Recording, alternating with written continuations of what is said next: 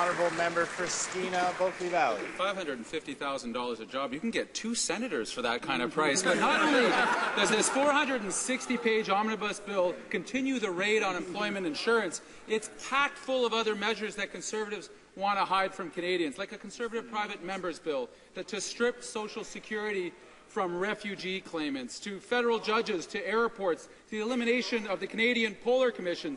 Dozens of laws changed with a single stroke of a pen. So can the Finance Minister answer just one question? What do any of these initiatives have to do with the budget? The Honourable Minister of Finance. Mr. Speaker, our budget implementation plan goes to reducing taxes, creating jobs, and economic growth. And there are many measures that achieve that.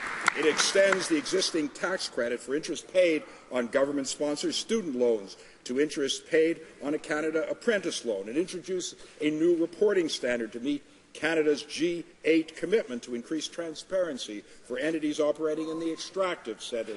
It strengthens Canada's intellectual property regime. It amends legislation to implement reforms to the temporary foreign workers program. It makes the tax system fairer and simpler for farming and fishing businesses. It does a great deal for the economy. The Honourable Member for Skeena, Bulkley Valley. Some worrisome news for the Conservative government. There seems to be division within the Conservative ranks over who the Employment Insurance Fund actually belongs to. Last night, the Conservative member from York Centre passionately told the Finance Committee that EI funds don't belong to the government, but to the workers and employers who paid into it. Well, Mr. Speaker, we couldn't agree more.